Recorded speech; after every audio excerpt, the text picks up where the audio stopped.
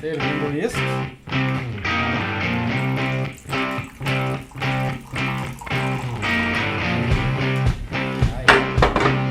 Feitoria! Aê! Saúde! Começando Mais um podcast, Ácido Alfa, episódio 5. o quinto episódio. Tem que parar com essa mania, porque quando chegar no episódio 55 eu não vou saber falar 50º. Vai, agora começou, vamos até o final. Vamos abortar essa tradição aí. Sejam muito bem-vindos a mais um Ácido Alfa Podcast. Eu sou o Matheus Brasil. Eu sou o João Henrique. E vamos lá, já vamos meter bala. Já Vamos meter vamos bala, porque a gente começa assim, né? A gente já começa falando. A gente Não tem prometeu muita... semana passada que esse episódio ia ser muita sobre o quê? Sobre o uísque. Já estamos até bebendo uísque. Já estamos. Estamos aqui com Jack Daniels, é óbvio, não podia faltar. E um Black Label, tá? Black do Label. Johnny Walker. Já estamos tomando aqui. E aí é o seguinte, ó, João. No episódio passado, só pra gente, né? Promessas, né? Para cumprir as promessas. Aquela treta lá que tu tinha falado da Brewdog, então fiquei curioso. Acho que alguém deve ter ficado curioso também, além de mim. Alguém deve se lembrar que a gente falou no episódio passado. A gente sempre fala, Brewdog é a marca mais citada no podcast, mas em breve nós vamos mudar isso, porque nem as nossas marcas são tão citadas quanto a Brewdog. É verdade, Nós temos que melhorar isso aí. vamos rever isso aí. Mas eu tinha comentado, né, que a Brewdog estava passando por uma acusação de ambiente de trabalho tóxico. Eu fui ver, os ex-funcionários se organizaram, criaram um site, divulgaram uma carta aberta. Eles acusam, meio que genericamente, a empresa de não ter um ambiente de trabalho saudável. As pessoas eram cobradas a trabalhar muito mais, a cobrança por resultado era muito grande, as pessoas tinham medo de que o seu próximo erro pudesse ser o último, porque é uma empresa que crescia muito rápido e tal. E assim, logo uma cervejaria, logo uma empresa que a gente espera que seja descolado. Exatamente. E o grande problema que me pareceu, tipo assim, as acusações elas são meio genéricas, é nada muito específico. Mas o que me pareceu, que a acusação principal e o que mais pega, é que o discurso da Brewdog é que eles são uma empresa diferente, né? Que eles são uma comunidade, que eles são contra a grande corporação, eles são contra as grandes cervejarias. Sim. que não tem tanto cuidado com a cerveja, que só pensam em crescer e ganhar dinheiro. E a acusação que os ex-funcionários fazem é justamente essa, né?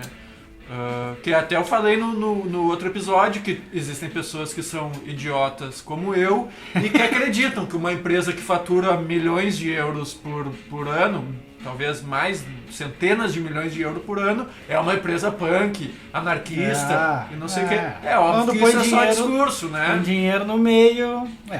E uma das críticas que aparece repetidas vezes é que a empresa é meio construída em volta de um culto de personalidade dos dois fundadores, né? O James e o Martin, e de fato, eles estão sempre em evidência, eles estão sempre na mídia, tinha um programa de TV e tal, e nada menos punk, eles se dizem punk, nada menos punk que o culto personalidade, né? Tipo assim, a iconoclastia, toda aquela história de fazer você mesmo vai por água abaixo. Sim. Porque os caras estão lá se postando como super importantes, como super revolucionários, né? Diz que prometiam várias coisas pro funcionário, plano de saúde não chegava nunca. Mas assim, que bagunça! Mas as acusações, nada é muito claro, assim, não tem nenhum funcionário que falou, o fulano de tal fez isso. Tipo assim, é ruim trabalhar lá. Mas não diz muito porque é ruim trabalhar lá, os caras são meio cuzão, blá blá blá, mas não diz, o cara disse que ia me pagar X e me pagou Y. Sabe? Então ficou mais um boato, assim. Os funcionários são muito organizados, criaram um site, uma conta no Twitter, eles publicam cartas abertas, essa carta vem ganhando adesão de ex-funcionários, cada vez mais ex-funcionários estão Então, Pois é, estão cara. entrando ali anonimamente, mas sim. Mas será que talvez não tenha uma pitada de querer se aproveitar? Será? Bom, isso Pode, aí... cara, é complicado, pode ser pode até, acontecer. assim, sem querer defender ninguém, assim, não colocaria minha mão no fogo por ninguém. Claro. Muito mais por esse tipo de pessoa que é cheia de discurso, assim, né? Mas aparentemente pode ter desdobramentos. A gente tem que aguardar os desdobramentos. Vamos acompanhar essa aí. história, então. Vamos acompanhar. Vamos acompanhar essa história. Vamos ver o que vai acontecer nos próximos capítulos. Isso, mais uma promessa nossa. E vamos ter que cumprir. Vamos ter que cumprir. De acompanhar essa história. E aí também assim... E assim, pra cada vez que a gente falar Brewdog, nós vamos ter que falar aqui no podcast Bloody Bastards, Continente, Hildegard, Dominato, só pra... Claro! Pra não ser as marcas menos citadas serem as nossas marcas, né? Boa, gostei dessa ideia também. E tem uma coisa, estava eu na internet, no YouTube, né? Aí me aparece um vídeo... Me aparece um vídeo assim, ó, precisamos falar sobre alcoolismo. E aí eu, só um pouquinho. Não pedi esse tipo de conteúdo. Não quero saber disso. Não quero saber disso, tá? Minha vida tá tudo certo. Mas, brincadeiras à parte, do Leandro Carnal. Do Leandro Carnal. Aí, cara, o que acontece? Vamos ver. Assim, vamos ver o vídeo, porque a gente brinca aqui, a gente tá falando sobre ceva, né? Um conteúdo para maiores de 18 anos. Inclusive no YouTube a gente faz questão de marcar que o conteúdo é para ser exibido apenas para maiores de 18 anos. Isso aí. Porque assim, ó, a gente trabalha com isso e a gente leva a sério a bebida. Entendeu? É um negócio sério. E aí, bom, fui ver lá o vídeo, ele falou uma coisa muito interessante. No começo ele disse assim, ó, a diferença do alcoólico e do alcoólatra. Sim.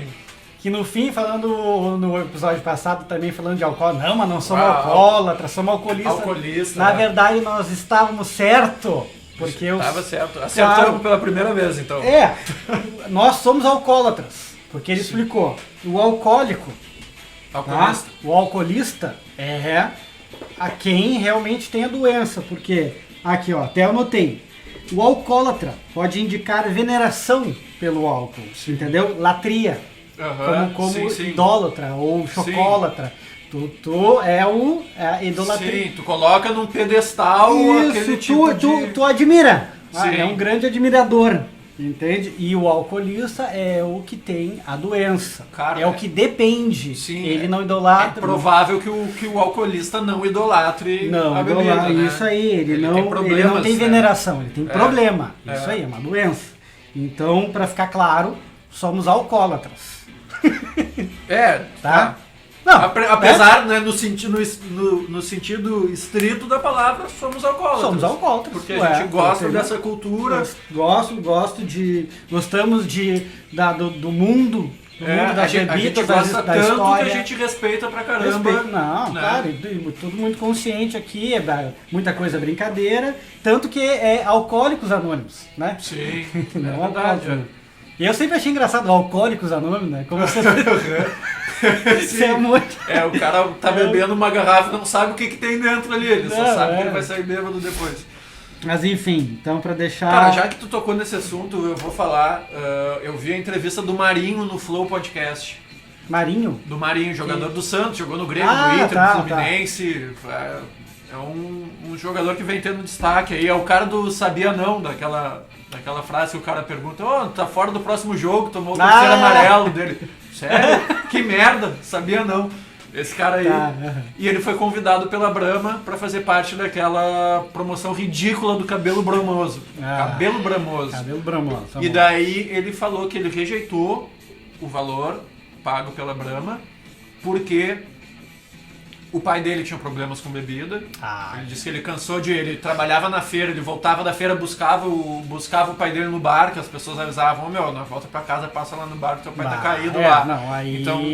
Então ele falou: eu não bebo, eu não tomo bebida alcoólica, eu não posso aceitar fazer uma campanha, mesmo que o dinheiro fosse bom, eu não posso aceitar fazer uma campanha. Aí tá um cara que seguiu com a... E daí eu achei muito legal, porque o cara foi coerente, abraçou mesmo a ideologia dele, a ideia dele. Sim. Não se vendeu. Não se vendeu, ele falou nada contra quem quem faz uso de álcool, mas como isso me causou muita tristeza, é uma coisa que eu não vou promover.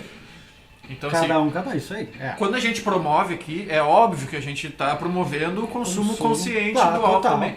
E até assim, uma coisa que eu tenho certeza, se tu entender mais de bebida, de cerveja, de uísque, tu vai consumir com uma consciência maior. É isso que eu falo também, e o objetivo desse podcast também é entrar no mundo da bebida mais a fundo, na questão da história da bebida, cultura, produção, técnicas de produção, que aí, assim, é mais que tu beber, é mais que tu simplesmente quer o efeito do álcool. Não é se drogar.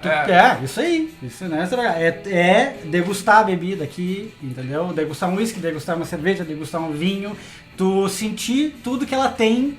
Sim, e conhecer toda a história por trás. Te oferecer. Toda a história por trás daquele produto tem, assim... Como agora... que a gente falou no episódio passado, que a gente ia falar sobre o whisky, a gente ia trazer informações, então a gente não vem só aqui beber o whisky, a gente veio trazer informações, conhecimentos. Algum tantinho de conhecimento sobre a bebida. Algum tantinho, isso aí, boa. E aqui, ó, já estamos com um Jack Daniels. O que é o Jack Daniels, João? O Jack Daniels é um Tennessee Whiskey. Tennessee, tá, mas ele é bourbon. O que define bourbon? Essa é uma polêmica. Scotch. O lance do Jack Daniels ser um bourbon é uma polêmica. Parece que se discute nos Estados Unidos. Por quê? Porque o Jack Daniels, ele atende existe um rol de legislação que um whisky tem que atender para ser considerado um bourbon. Sim, aqui, ó, algumas regras, né? Algumas regras, tem uma lista de normas. Vamos essa lista, então, que tu separou para nós aqui. Vamos lá. Eu sei algumas coisas principais. Para um whisky ser bourbon, ele tem que ser feito nos Estados Unidos. Os melhores bourbons vêm do estado do Kentucky. Então, assim, a empresa que faz o bourbon no Kentucky vai colocar no rótulo que veio do Kentucky. Isso é como se fosse um plus a mais. Kentucky Bourbon, e tipo assim, não é só um bourbon, é um bourbon feito no Kentucky. Aqui, ó, até temos um exemplo. É uma garrafa vazia, porque já foi degustada, do tal do Bullet Bourbon, que é o Kentucky Straight Bourbon Whiskey. Que tal? O que é Straight? Que eu sei que tu pesquisou isso daí. Straight? Não pesquisei. Não pesquisou, pô? Achei que o Matheus... Não, eu pesquisei sobre Single Malt. Sobre Single Malt. Não, o Straight quer dizer que ele foi envelhecido por pelo menos 2 anos. Então tem que ter, para usar essa terminologia, ele tem que ter sido envelhecido por pelo menos 2 anos. Mas então vamos lá, o que faz do whisky bourbon? Tá. Primeira coisa, tem que ser feito nos Estados Unidos. Tá. Ele pode seguir todas as outras regras, mas se não foi feito nos Estados Unidos, não é um bourbon. Né? Tá. A segunda regra mais importante, 51% tem que ser milho. E uma curiosidade do milho, são parentes, que é por que se usa o milho nos Estados Unidos, que o milho ele é doce, né? Ele é bem doce. Então o que acontece? O milho bem doce, bastante açúcar, um potencial de fermentação muito maior, entendeu? Mais fermentação. Mas essa conversão, o que a gente sabe, né? Que o fermento come açúcar e transforma em álcool. Um dos resultados da fermentação é o álcool. Tá. Outra coisa que o whisky precisa ter para ser considerado um bourbon, e que eu acho importante porque isso vai alterar bastante a característica sensorial dele. Ele tem que ser envelhecido em barris novos de carvalho americano. Novos. Então assim, eu até tava dando uma olhada nessa, tem uma destilaria aqui no Rio Grande do Sul, a Union Whisky, procurem aí, tem whisky maravilhoso, já tomei o extra turfado. E tipo assim, só pelo nome eu já fiquei curioso. Eu tentei comprar agora e a minha carteira não quis. Mas aí em algum momento nós vamos chegar lá, quando a verba do podcast permitir, o orçamento permitir, a gente... Lembrando que o whisky não é caro, nós que somos pobres. Exatamente. Perfeito, boa. É verdade. Ai, que tristeza. Vai, continua. Ele tem que ser armazenado nos barris novos de carvalho, né? Sim. ele não pode ser destilado a mais de 80% de álcool por volume. Então, essas são questões mais técnicas. Assim, ele também não deve entrar nos barris com mais de 62% de álcool. Então, o Bourbon ele tem uma série de regrinhas para ser chamado de Bourbon. Mas por que existe a discussão se o Jack Daniels é um Bourbon ou não? Porque no Tennessee eles desenvolveram um processo para dar sabor, para dar um sabor amadeirado ainda mais intenso pro whisky, que o processo é uma filtragem chamada de Lincoln County, que ela foi criada no condado de Lincoln. E essa filtragem é basicamente o que eles filtram o whisky em carvão de maple, que é aquela, tu deve ter visto nos filmes Maple Syrup. Tem pra vender aqui, é caríssimo o Maple Syrup, que é o xarope, né? Tá. Isso, da panqueca americana, que é então de uma árvore, né? Que tem esse maple. A bandeira do Canadá tem uma folha de maple no meio da... cara, essa daí? Olha só, essa folha que aí. joia! E olha aqui, ó, mas é só o Jack Daniels que usa essa técnica ou tem mais? Não, existem mais algum Tennessee Whiskey. Existem outras marcas que são bem menos conhecidas. Achei que era só o Jack Daniels que usava essa. Não, tem. Ela foi criada pela Jack Daniels. Foi criada. Mas o Jack Daniels não é a única marca que usa esse processo. As outras marcas são menos conhecidas do público brasileiro, porque não chegam aqui, tu vai ter que buscar lá fora. E o Jack Daniels, então o whisky do Tennessee, ele não se considera um bourbon, apesar de tecnicamente ele poder ser um bourbon. Ele quer ser único. Isso, ele quer é um bourbon, mas ele quer ter ele tem todas as características do bourbon. Por exemplo, tem uma marca de bourbon que ela ficou conhecida por quê? Porque o bourbon tem que ser pelo menos 51% de milho. E tem um whisky muito famoso nos Estados Unidos que é o Koval. K-O-V-A-L. E ele usa 51% milho e 49% milhete, que é um grão super raro e que dá uma característica completamente diferente pro whisky. Então assim, se tu tomar 10 whisky bourbon e tomar esse Koval, ele vai ser o mais diferente de todos. Mas ele ainda assim é um bourbon, porque é feito nos Estados Unidos, 51%, ele segue todo o beabá ali para ser um bourbon.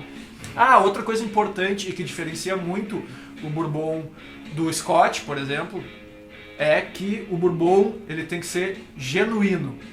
Ele não pode ter nenhum tipo de aditivo, flavorizante, aromatizante, corante. Corante também. Ele não, isso é muito importante, porque se eu pegar um whisky que é envelhecido há mais tempo, ele vai ter mais cor de madeira, ele vai ter mais cor, aquele caramelo, que é a cor característica do whisky, do que um whisky que foi envelhecido menos tempo. Não, e é muito interessante isso, e é um bom garantidor de qualidade de bebida, porque muitas marcas põem corante nos seus whiskies, porque assim, são whiskies envelhecidos ali 3, 4 anos, é um whisky que vai estar assim blended ou alguma coisa, não vai ter a idade, e aí tu vai ver a cor dele, uma cor, um marrom profundo, né? Cara, corante. E o que a gente falou daquela coisa do psicológico, né, do visual, tu vai pegar o whisky, um marrom, seria um laranja, marrom profundo, e vai, esse whisky é de qualidade, e aí tu vai tomar e vai achar que ele é isso, que é aquilo, mas no final das contas os caras só botaram corante. O Scott pode fazer isso. Agora, se tiver escrito bourbon na garrafa, tu sabe que não teve corante ali. E o Scott também, assim, no final contas, ele só define que é o whisky escocês, né? Ele tem algumas regrinhas também. Tem que ser 51% de malte. O Scott tem que ter cereais maltados. Sim, mas é só o Scott Whisky. Ele não tem, pelo que eu pesquisei, assim, não tem uma regra específica, tá? Não tem uma regra específica. É o 40%. É 40%. Pronto. 40%. Sim. Não, isso sim, isso tá certo. É 40% de malte de cevada. E o restante de outros cereais. Outros cereais. Então, até assim, para explicar pra galera que é o seguinte, tá? Whisky é um destilado. Destilado do quê? De uma bebida que foi fermentada. É de novo aquela coisa, a gente só vai conseguir o álcool com a fermentação. Então pega, fermenta, tá? A mistura da cevada. Isso, tu vai fazer um mosto de algum cereal. Nós precisamos de grãos que tem amido, tá? Para amido conseguimos açúcar. Açúcar transforma em álcool, pum, estamos lá uma bebida com álcool. Só que daí na fermentação a gente consegue uma bebida com no máximo, assim, acho que estourando uns 20% tá? Na fermentação, porque senão o fermento morre e não consegue fermentar. Bom, temos uma bebida com mais ou menos 20%.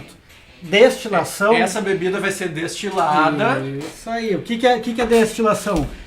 Põe, digamos, assim, para ser bem simples, né? Vamos lá, não vamos ficar sendo técnico, tá? O álcool evapora numa temperatura menor que a água. Então tu vai botar a destilação tu esquenta esse fermentado, Sim. Começa a evaporar álcool e junto, obviamente, um pouco de água, outros compostos. Qualquer bebida destilada passa por esse processo. Isso aí. Passa por esse processo.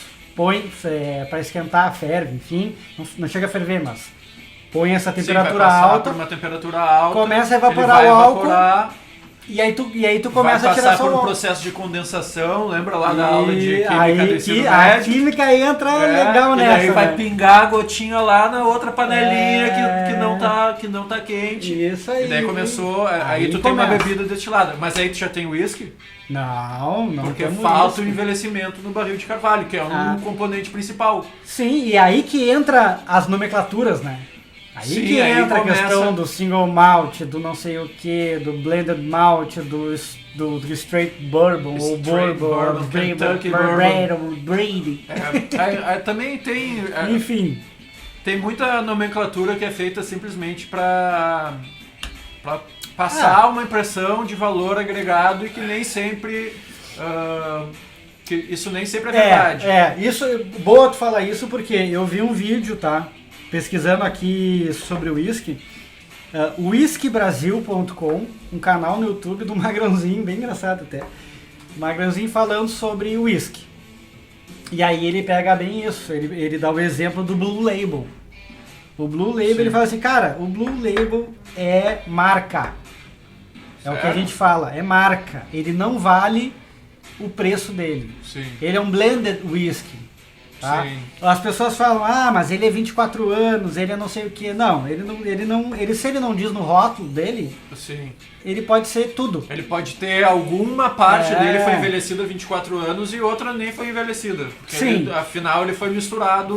Foi um blended whisky. O que acontece? É claro que não é porque ele é um blended whisky, não diz a idade, que ele vai ser ruim, né? Mas assim, pelo que o especialista lá falou do whisky, ele não vale vale tudo isso, tá? Eu tenho certeza, assim, eu acho que nós estamos agora no 5º episódio e eu acho que a gente sempre vai acabar falando na questão preço versus qualidade percebida. E branding. E a importância da marca. A importância da marca, isso aí. E eu vi um cara falando sobre vinhos, um especialista em vinho. Muito legal o canal, eu não gosto de vinho, mas eu gosto de ver o canal do cara só porque o cara é carismático, que é o Vinhos de Bicicleta. Vinhos de Bicicleta. E lembra quando a gente falou, acho que foi no primeiro episódio da menina que bebeu o vinho do pai, que custava não sei quantos mil euros e tal. De quantos anos era?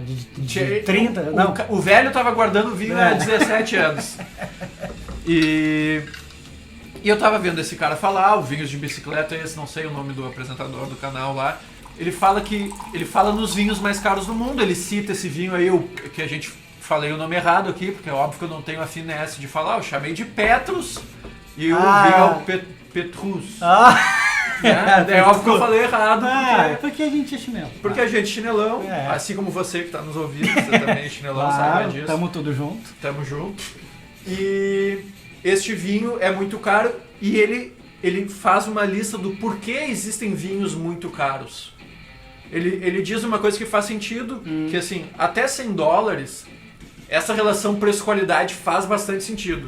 Então assim, é provável que um vinho de $80 E daí isso serve para whisky. Todas as bebidas. E para todo esse mercado de luxo, charuto, essas coisas que tem um valor agregado. Até gastronomia, talvez. Provavelmente essas coisas que são experiências consumíveis, né? Talvez para tudo isso faça sentido. Ele usa no vinho, ele usa o valor de até $100. Até $100, quanto mais caro, é muito provável que seja melhor do que o barato. A partir daí, entram dois fatores que são completamente intangíveis e não relacionados com a qualidade do produto, que é a marca, que é o que a gente sempre fala aqui, e uma coisa que é muito importante, isso na cerveja não é tão importante, mas no vinho é muito importante, no whisky é muito importante, no charuto é muito importante, que é o legado. E que eu não tinha me dado conta. Essa palavra é forte. Por que ele coloca o legado além da marca nisso aí? Porque aquele vinho ele foi feito no mesmo lugar que ele é feito. A história daquele vinho se confunde com a história do país. Ou se entrelaça. Eles se entrelaçam, eles estão juntos. Então tu não tá consumindo só o produto. Tu tá consumindo a experiência que, sei lá, a realeza francesa tinha no século XIX. Sabe, que tinha no século XVIII. Aquele parreiral tá ali de pé há 200 anos. Sim, sabe? A história conta muito. Né? Então, valoriza. Claro, é a mesma coisa do charuto, por exemplo.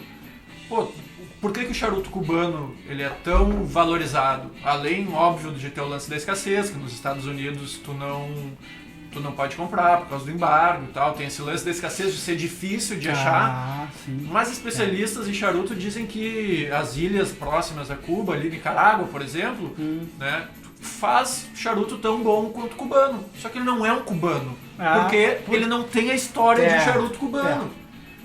Então é um lance que vem... É mais profundo do que a qualidade e preço e até marca. Então não é porque um fez uma propaganda bem feita que ele custa mais caro. É porque é uma marca que permaneceu na história, é uma marca que reflete uma cultura, tem mais valor agregado em volta daquilo ali, que não é só... Isso funciona para qualquer mercado de luxo. Não, e é isso que nos faz gostar muito também desse mundo e junto desse mundo que a gente acabou de falar de bebidas, da gente gostar de beber e tal, mas ao mesmo tempo trabalha com isso e ao mesmo tempo a gente busca isso, busca a história, busca esse aprofundamento e busca agregar, né? Isso agrega na experiência. Isso agrega na experiência. Mas tem que ser assim, porque senão vira... É o que eu falei antes. Ou, enfim, ou no vídeo ali, senão vira doença, né? Tu só tá pela bebida, tu só tá e nada mais. E é exatamente, né? Eu não tinha me dado conta do quão relevante a história da guria que bebeu o vinho é importante pro nosso podcast.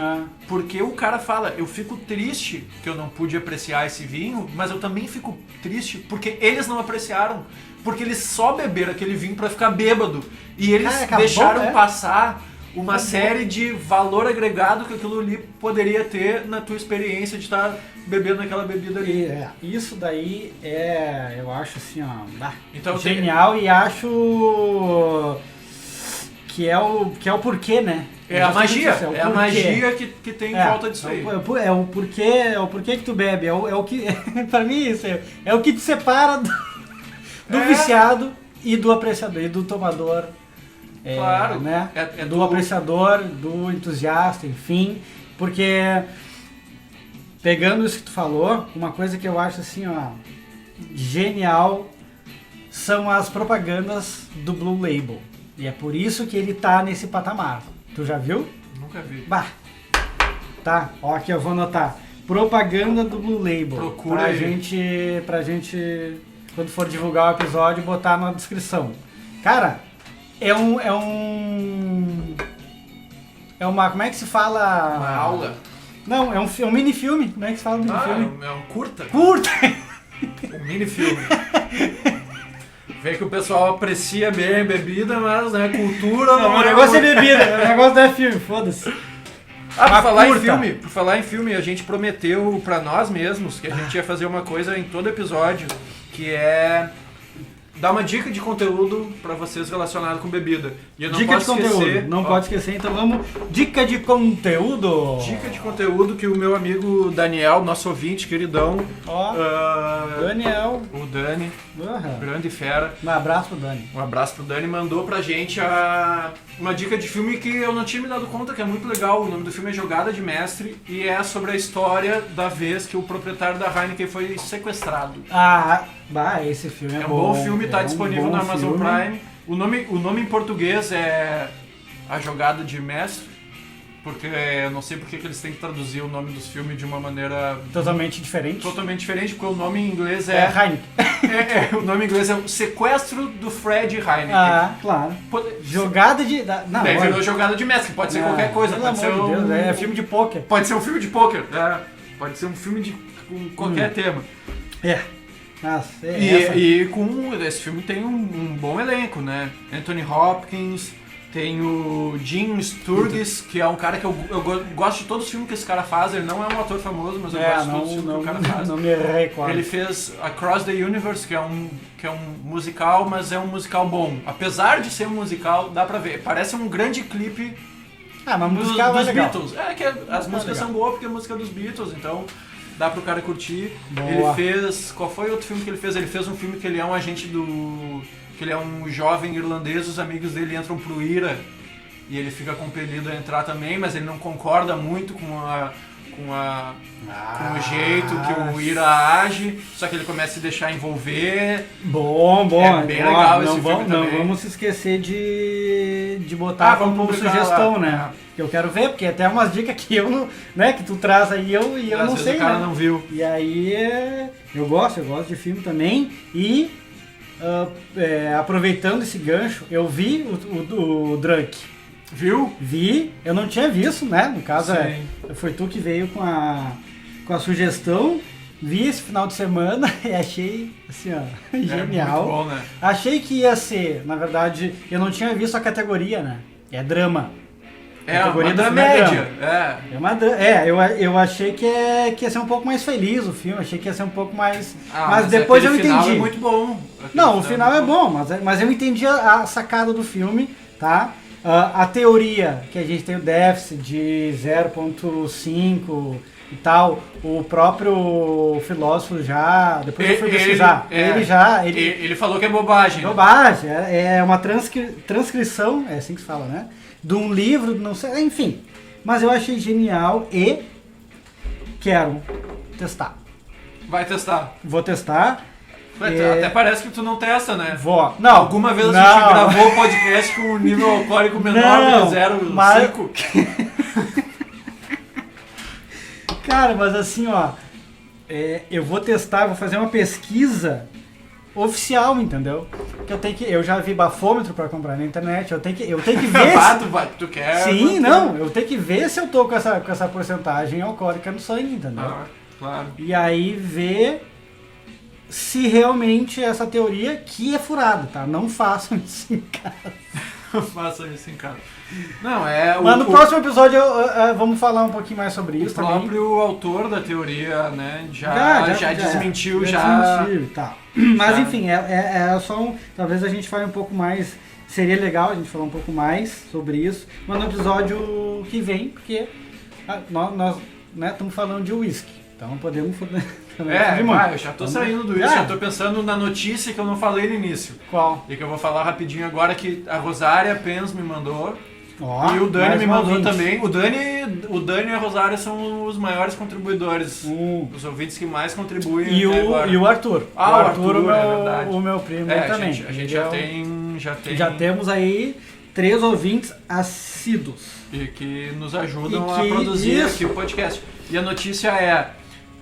a manchete é: tesouro escondido em garrafas num navio afundado há 120 anos. Ah, sim, essa notícia aí eu vi. Apareceu pra bastante gente. Quem é mais interessado nisso aí já deve ter lido. E quando tu vê o título, tu pensa assim: os caras acharam uma cerveja envelhecida no fundo do mar. Tu pensa, né? Os caras acharam uma cerveja envelhecida no fundo do mar. Mas o valor daquelas garrafas não tá nisso daí. Tá numa coisa... Só pra avisar, 100 anos, né? 120.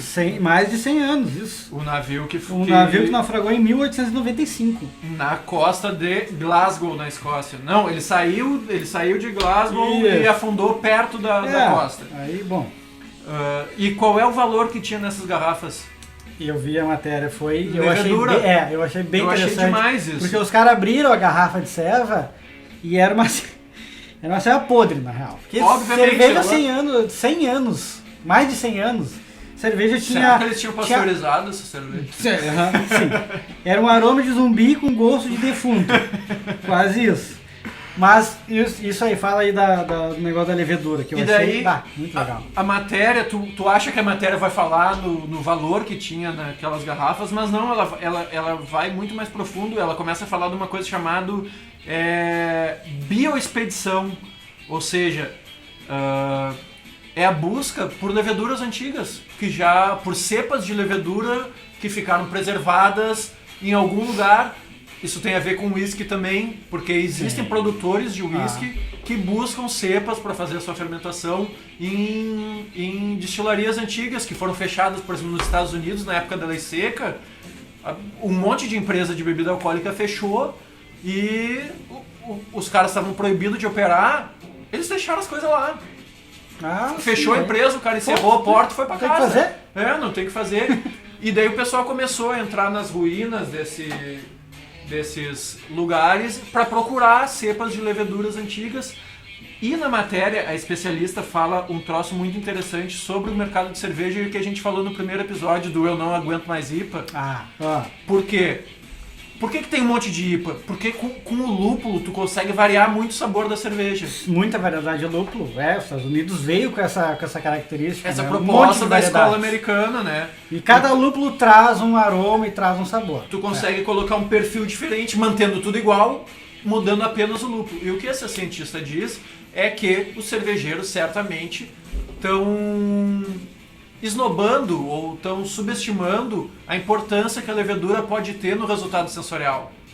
Então o que ela diz é o seguinte, que se existe um foco, uma concentração nos estudos do resultado que o lúpulo pode ter, no gosto que tu vai sentir, e ela diz que a levedura pode trazer resultados tão incríveis quanto usar um lúpulo diferente, só que a galera quer usar sempre a mesma levedura, porque já conhece, já sabe como que ela vai funcionar no tanque, então vai lá o pessoal... Isso que eu achei muito legal dessa matéria, porque, né, como eu já tinha falado, é bem isso, assim, tu fugir um pouco, tu variar, né, ter essa variação e identificar as outras coisas que dentro da produção de cerveja pode proporcionar, né? Que ficar dentro da variedade de lúpulo é legal e tal, tem toda essa variação. Agora, justamente, tu acaba caindo numa mesmice, talvez. Sim. Porque por mais, vamos combinar, né? Por mais variedade que exista, tem uma coisa em comum, assim. Claro. Dentro. E a levedura, cara, pra quem assim não sabe, né? O fermento, o que fermenta a cerveja. E eu acho que é o porquê que a galera acaba explorando muito mais o lúpulo, porque é mais fácil. É mais fácil. A etapa mais delicada, e mais difícil do processo de fazer cerveja é a fermentação. É a parte mais sensível. A parte mais sensível. Aonde que a cerveja pode dar errado? Na fermentação. O principal, né? Na fermentação. Então, assim, é delicado, é difícil tu ter um controle preciso quando tu é uma micro cervejaria ou um cervejeiro caseiro. Então, realmente, isso tu falou, as pessoas acabam não explorando muito essa parte, porque, cara, até tu decidir, assim, até tu, digamos assim, acertar uma fermentação direitinho, esse fermento. Porque o que a galera pensa? Se eu der uma mudadinha no lúpulo, eu vou mudar o resultado da minha bebida. Total, e eu não tô correndo risco. Vai. Agora, vou mudar o fermento. Puta, um monte de coisa pode acontecer. Ela pode fermentar mais lento do que tu esperava, pode fermentar menos do que tu esperava, o resultado pode sair um pouco do teu controle. Tu precisa de um controle fino maior. E nessa expedição, o que eu achei legal também, que fala na matéria, é que eles acharam uma levedura legal, a Debariomices. E acharam Brettanomyces também. Acharam Brettanomyces. E acharam Bretta, pros louquinhos que fazem serva aí, ó.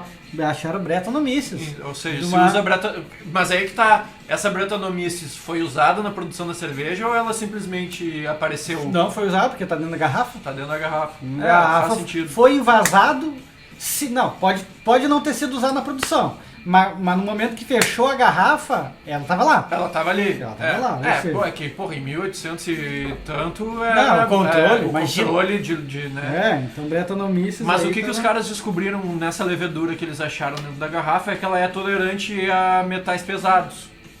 E ela pode ser usada, não na fermentação da bebida talvez, mas para tu fazer uma limpeza de depósitos desses metais que ficam em alguma destilaria ou cervejaria. Tu vai usar. Não vi na matéria. Pulou esse parágrafo. Pulei que. Tu vai usar essa levedura, eles chamam de biorremediação. Ou seja, tu vai tirar, ela vai absorver poluentes do ambiente e vai limpar. Então, se tu quiser uma cerveja ainda mais estéril. Olha aí.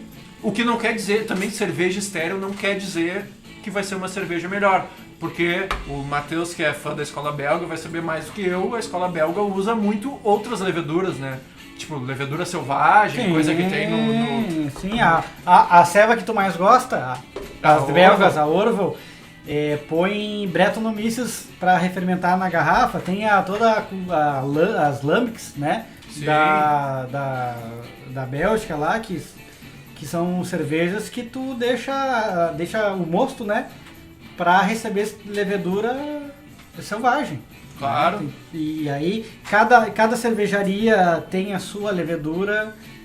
Cara, a escola belga imagina, tem uma fauna toda específica de levedura em cada cervejaria. Isso é muito louco, né, cara? As farmhouse... Sim, as cervejas de fazenda. As farmhouse beer, não sei... Essas alturas já a pronúncia a Saison eles chamam muitas vezes de farmhouse. Isso aí, a farmhouse é muito legal porque é bem isso. Tu usa como especiaria, né, o que tem na fazenda. Tem na fazenda lá, tem uma árvore de cereja, laranja, qualquer coisa do caralho.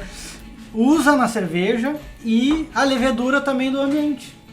O fermento do ambiente. Então é muito legal isso daí também, né? E escola belga fato. E fica a dica, quem quiser me dar uma cerveja de presente, já sabe que é a Orval, que tem no Zafari, R$ 39,90. Se quiser me dar uma garrafinha... 39 não. Tá, 39. 30... Era 31 e acho que deu uma subidinha. Bom, então fica a dica, se achar por menos de 39 já compra duas. Compra, cara, uma baita uma cerveja. E eu já tô escrevendo aqui que eu acho que a gente tomar no próximo episódio, então. Vamos tomar. Isso. As promessas, tô gostando das promessas. A gente promete muito, né? Não. Próximo episódio. Falar de cerveja belga. Então vamos... Mas vamos voltar pro uísque. Voltar pro uísque. Que era a promessa do... cara, que aqui a gente vai falando sobre qualquer coisa. Não, separamos 50 mil notícias e 50 mil informações, mas... Vai ter 8 horas o podcast, esse episódio. Não conseguimos falar. Por exemplo, tu tinha perguntado ali do single malt. O que é o single malt? O que é o single malt? Por que o single malt, daí assim, single malt que é o top? Primeiro, que é só a malte, né? Quando a gente tem blended whisky, então no mínimo 40%, tá? É malte e o resto são outros cereais, tá? Centeio, trigo, arroz, ou enfim, um monte de coisa. Quando é um single malt, só usamos malte. Sim, não vai ter, sei lá, um cereal não maltado. E outra coisa, mais que isso... É o equivalente ao puro malte na cerveja. É o equivalente ao puro malte, mas tem mais. É só de uma destilaria. E isso que eu vi que eu achei interessante. Sim. É só de uma destilaria. Porque o blended whisky, ele pode ser um whisky que vem de várias destilarias. Então, assim, são vários whiskies. É um blend, tu faz o blend que é uma mistura. Tu pega o whisky, por exemplo, assim... Johnnie Walker. Johnnie Walker só trabalha com blended whisky, tá? Nós estamos tomando aqui um Black Label de 12 anos. O que isso quer dizer? O whisky usado na mistura, tá? O whisky mais novo é o de 12 anos. Entende? Então nós temos uma mistura aí. Pega o whisky de 15 anos daqui, vários whiskies de 12 anos, tu vai misturando, inclusive, porque é uma arte. Inclusive essa destilaria que tem no Rio Grande do Sul, a Union, que eu falei que tem o extra turfado, e que eu nunca tinha tomado um whisky turfado, e quando eu tomei foi muito impressionante. O core business dela, até bem pouco tempo, era fazer isso aí. Ela vendia whisky para marcas de cerveja usarem no blend delas. Então, eu vi uma entrevista com o proprietário, ele estava falando, tem destilaria no Japão, que compra o nosso whisky aqui, tem destilaria na Escócia, que compra o nosso whisky aqui, para colocar no blend deles. Isso aí, é isso que a gente tem que entender. O cara vai lá, Chivas, 24 anos. Então, ele é um blended também, ele é escocês, né? E o whisky mais novo que foi usado na mistura é de 24 anos. Entende?